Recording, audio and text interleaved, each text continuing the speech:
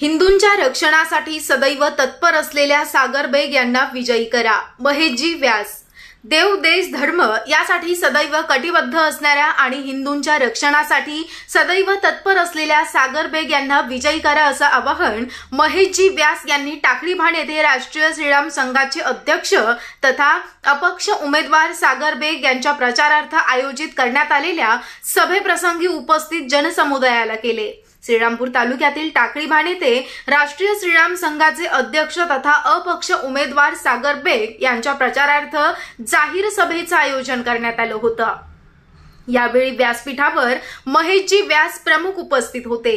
यावेळी बोलताना महेशजी व्यास म्हणाले की देव देश गोमाता रक्षण माता भगिनींचं रक्षण आणि धर्म यासाठी सदैव तत्पर असलेल्या सागर बेग यांना प्रचंड मतांनी विजयी करा, हिंदूंची एकजूट दाखवा असं आवाहन महेशजी व्यास यांनी यावेळी उपस्थित जनसमुदायाला संबोधताना केले।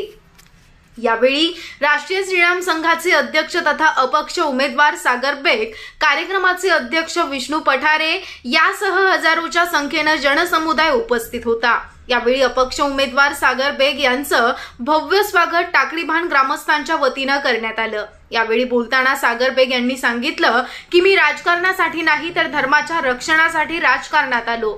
आपला धर्म टिकवायचा असेल तर हिंदुत्ववादी मतदारांनी मला मतदान करा असे जाहीर आवाहन यावेळी राष्ट्रीय श्रीराम संघाचे अध्यक्ष तथा अपक्ष उमेदवार सागर बेग यांनी केलं आहे। महाराष्ट्र 24 न्यूज साठी मयूर फिंपाळे, श्रीरामपूर। रामचंद्र की जय।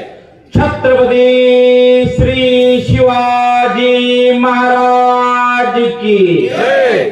धर्मवीर श्री संभाजी महाराज की जय। भारत माता की जय। भारत माता की जय। डॉक्टर बाबासाहेब आंबेडकरांचा डॉक्टर बाबासाहेब आंबेडकरांचा लोकशाही अण्णाभाऊ साठेंचा जय श्रीराम, जय जय श्रीराम।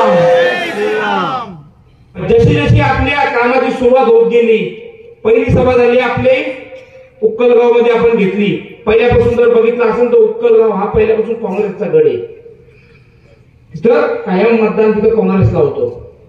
त्या ठिकाणी आम्ही सभा घेतली, मोठ्या संख्येने तिथं आपला हिंदू जमला। त्या ठिकाणी आम्ही भाषण केलं। त्याच ठिकाणी अनेक शिवसेनेच्या लोकांनी आपल्याला पाठिंबा दिला, जसे अरुण भाऊ पाटील असतील, तिथले काँग्रेसचे लोक असतील, त्या सर्वांनी गाव मिळून आम्हाला पाठिंबा दिला का आमचं तुम्हाला समर्थन आहे। आणि दुसऱ्या दिवशी काँग्रेसची तिथे सभा झाली। लोकांना विचारलं काय झालं, ते म्हणले ते आले, मोठा स्टेज लावला, त्यांच्या गाडीतले 8 जण आमच्या गावातले 8 जण, आणि झाली सभा। अशी परिस्थिती आलेली आहे। जसे आले सगळं टेन्शन मध्ये लोक आता